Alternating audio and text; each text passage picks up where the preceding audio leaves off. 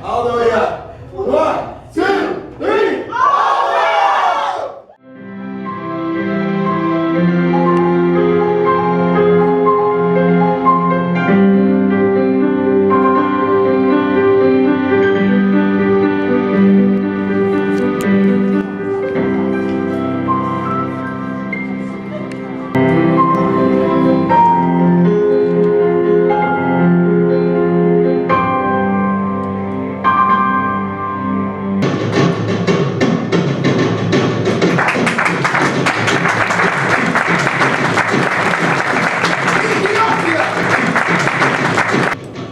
It falls to our lot to tear off the shackles that bind Mother Africa.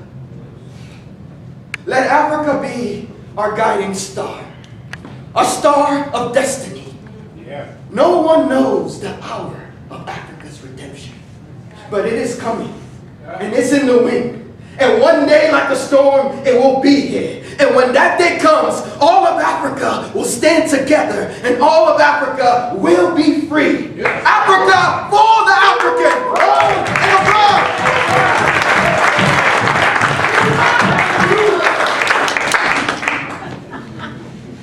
We must control the economy of our own community.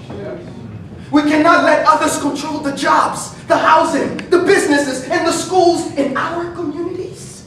We must pool our resources, control and use our resources to create our own jobs and help our own before we can help others. How are you going to be involved in politics without controlling the economy of your own community?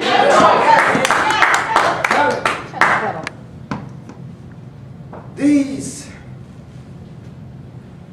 so-called Negro leaders of our people, they seem so willing to turn back the hand of progress at the whim of their white support. We must not mistake lip service and noise for bravery. Any leadership that will cringe or hide and bow when the cloud seems dark are those that we must avoid in choosing as leaders. True leadership looks at dreadful odds and smiles at them for the cause that need assistance. Lift ye the heights of liberty and cease not until you are planting the banner of the red and the black and the green upon Africa's hilltop.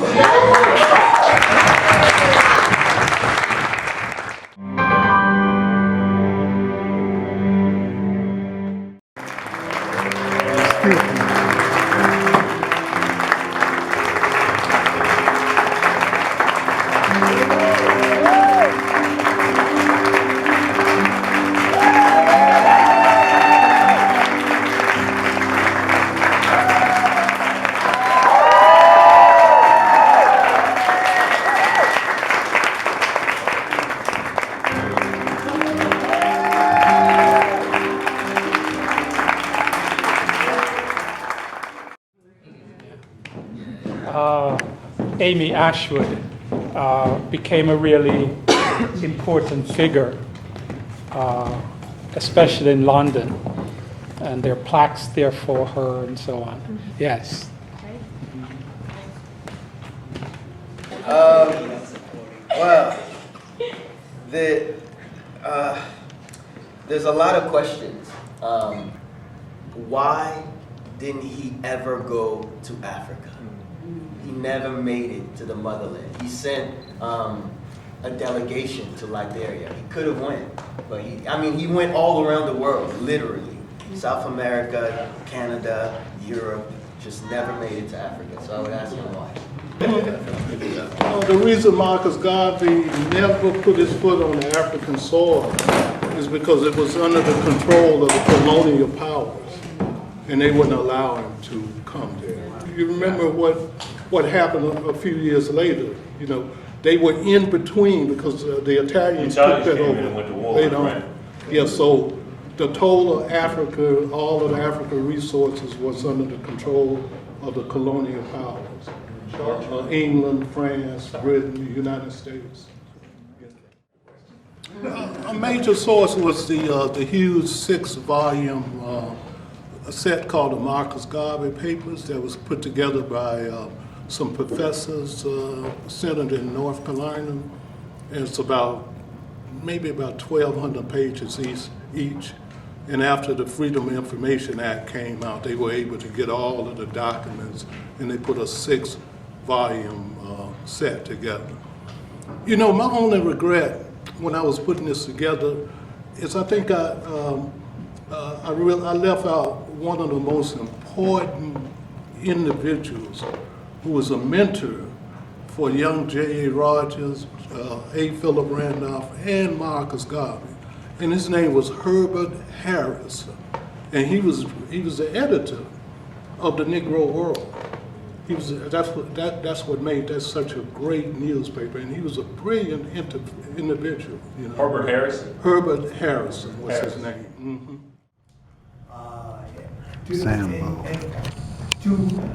With Hoover, as you can see, there was such a bitterment with each other. I mean, they totally didn't like each other. And the way Michael played Hoover, I mean, he played him every line. I could see he didn't like this guy. I know you worked for President Roosevelt, but you know nothing about the national security. You were only a bodyguard. You're what, 28, 29? What do you know about national security? I've been out there around the block a few times. You gotta be very careful about what you're asking us to do. Do you have the authority from the Attorney General? The Attorney General gave me this job, and Congress is looking over his shoulder. I intend to save America from racial turmoil. I hope your creative process. Be careful, Agent Amos. This is part of my plan for getting Marcus Garvey. It's also your plan to start the Palmer raids on November 7th, 1919, the second year anniversary of the Communist Revolution. They bombed the house of the Attorney General, our top law official. They set off bombs in just about every major city in America. The Attorney General believes, like I do, that the communists were plotting to overthrow the American government and set up a Soviet model. Marcus Garvey never bombed Palmer's house. Garvey's not trying to overthrow the government. He is proposing leaving the government, move his people to Africa. Marcus Garvey is just like the radicals and communists. Troublemakers. We know how to deal with troublemakers. That is why we had to strike. Going off your question earlier about kind of what attracted me to the role is the idea of this is, depending on where you go in the play, anywhere from 20 to 30 years before even the armed forces was assimilated and allowed to mix together as far as the races. So one of the major themes is just how all these characters, especially between Garvey and Hoover, is they have their morals and what they hold to be true and okay, but the lengths they're willing to go to against those morals to achieve their goals. Will the ends justify, or will the means justify the ends? And for Hoover, who one of his chief mentors growing up and kind of really coming into his professional life was a pretty high up member of the KKK. So he had a lot of influence there. So the idea that you had that base level of hatred of thinking that someone is beneath you, and then being forced to reconcile, I need this person, he's capable, I can't get things done without him, and realizing it's not just one guy, but that you really can't do anything unless you also get all these other people of color that you hate behind you too. So being forced to come to terms with that, and in his own way, like I was saying, 20, 30 years before even the military service, trying to integrate things while still hating it was a really kind of attractive and human thing for me.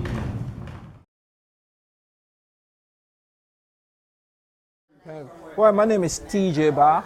I'm originally from West Africa. I was born in Sierra Leone. I grew up in Liberia, and I came to the state, went to St. Louis, Missouri, went to college in Missouri. Then moved to LA, to pursue my passion, which is acting, And on this show, Catch the Tiger, I play Reverend Eason. Reverend Eason was one of the biggest, pastors, the biggest congregation in New York, in Harlem, who introduced Marcus Garvey, for the first time. Yeah, the connection is that the African Americans, they was looking for a place to go back to, and Liberia was the place, they decided to take them back, to take back the free slaves, and they took them to Liberia, and that's what Marcus Garvey was trying to, to do, to take them back to Liberia. And the reason why he wanted to go to Liberia, because Liberia had, what they call, rubber plantation, rubber. It's like one of the, pretty much the largest producer of rubber, almost, in the entire world. So what Marcus was trying to do is to take, blacks from here, take them to Liberia so they can build the rubber plantation, so it can be owned by Liberians. Because there was already American blacks there. There was already American, because after emancipation, after slavery here, few black Americans was taken, because they wanted, the people that wanted to go back to, to Africa was taken to Liberia. So they went to Liberia, and we call them in Liberia the Congo Liberians. They call them Congo Liberians because they came from America, went to Liberia. And that's why when you look at Liberia have the same education government system just like America. So it's like a mini America. But they went down there and did the same thing that was done to them here by what white people did to them here. They went there and did the same thing to the indigenous Liberian, like, being superior, So they created the government, every wealth, business, everything, they own everything. And suppress their own people, their own people that look like them. But, because, hey, they feel like they came from America, so they were better than the indigenous Liberia, And the rubber the class system. That happens until, almost in the 70s to the 80s before things changed, when the typical indigenous Liberia took over. So the point I was trying to get is that Garvey going to Liberia wasn't something new. No. It was something that American blacks had been doing for a while since slavery. Since the end of slavery, yeah. He wasn't the only one that would say, hey, blacks go to Liberia. This was 2 ports there in Sierra Leone that this was already happening, and many blacks nowadays just don't know that. No, they don't know, yeah. There were some people who wanted to go back to Africa, and looking at that time, Africa was still under colonization. And because Africa was still under colonization, the only places that was not colonized back then was Liberia and Ethiopia. So Liberia was a free, independent state, So, according to Liberian history, they had their independence in 1847 because they were never colonized, So that was like an ideal place, If you came out from slavery, you want to go back to Africa, It's like you want to go somewhere where you feel like it's free. My name is Bamba John Bamba. I'm an actor originally from Ivory Coast, West Africa, and I play Marcus Garvey. What I liked or what I love about Marcus Garvey was his power and charisma to move people to action and unite people. He was able to get 6 million black folks together in the 1920s. How many million? 6 million! I didn't know we had that. 6 million in America. Farrakhan was only able to get 1, and that was 1920. I think he was very patient. I mean, the thing about him is he put the movement before himself. And his first wife he met when he was still young in Jamaica, and they started it really together. But when he came to America and they almost tried to shoot him, she decided that she couldn't continue on, and he was ready to die for it, and she wasn't quite. So he decided to just keep going with whomever will roll with him, and I think that's how he found Amy, his second one. But I still feel like he has a place in his heart for Amy Ashwood, who he calls his Josephine. me, a lot of what he says kind of comes from my own heart, because I've always had this this deep motivation to help Africa. I'm from Africa originally, so unite black people. It breaks my heart every time I see us begging. When I see someone in America begging, when I see someone in Africa, when I see the fact that we can't unite, and that's the one thing that just keeps us where we are. If we were able to unite, the power of Africa would be so amazing. Ethiopia shall stretch forth her hand unto God. Africa for the African, home and abroad. One God, one aim, one destiny.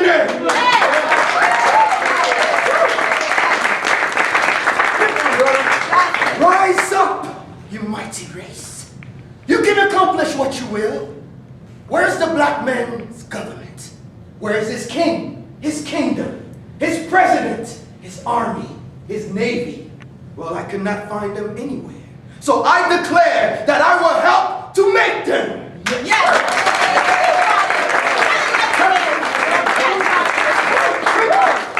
Lift yourselves up from the mires and rise up.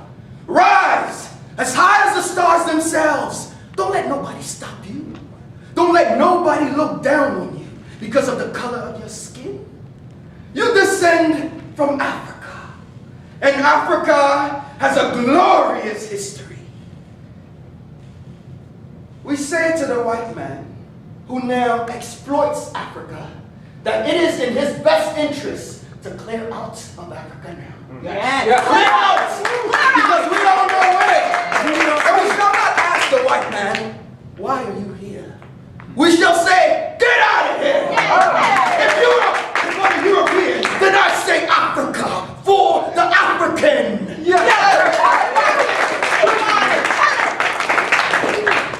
I recently took a 38-state tour to study the conditions of black people in America. Let me tell you what I found. These so-called Negro leaders of our people, they have no plan. They're just making a living off their so-called leadership while our people continue to grope in the dark looking for a little light. Why are these so-called leaders so dependent on the support and the goodwill of the white man? Any leadership that teaches you to depend upon another race is a leadership that will enslave you. Yes. I said any leadership that teaches you to depend upon another race is a leadership that will enslave you. That's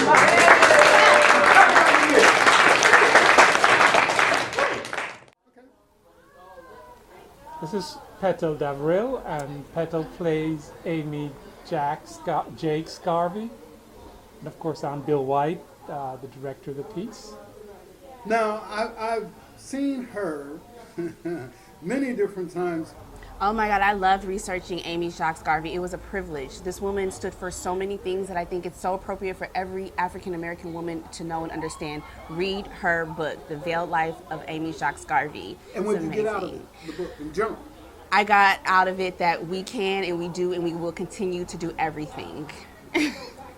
So support and continue to support each other. Amy Jakes stood for so many things, and I think her concept and understanding the role of a woman in the times, early 1920s we're talking, is still applicable today, because the unison in family and in our culture is what she stood for. And from that, even with her own personal incentives in supporting the UNIA, she had so many amazing things that she stood for. And I felt like she was really ahead of her time. So it was an honor to play her, and I'm still not done learning more about this woman. I am surprised at you. You know my history. Well, I had to run my father's business when he was sick, and I ran it very well. You appointed John to the position of manager of the Manufacturers Association, and John has no background and a third-grade education. I can take the pressure. You're the one that's not focusing. So now that we've come to the closing night for now. Let's just say, but this is it, closing night. How does that make both of you feel from your perspective? Sad. Yay! It's always bittersweet because, you know, it's like we become a And I saw family. your mama. I know, my mom came tonight, which made me so excited. My everything.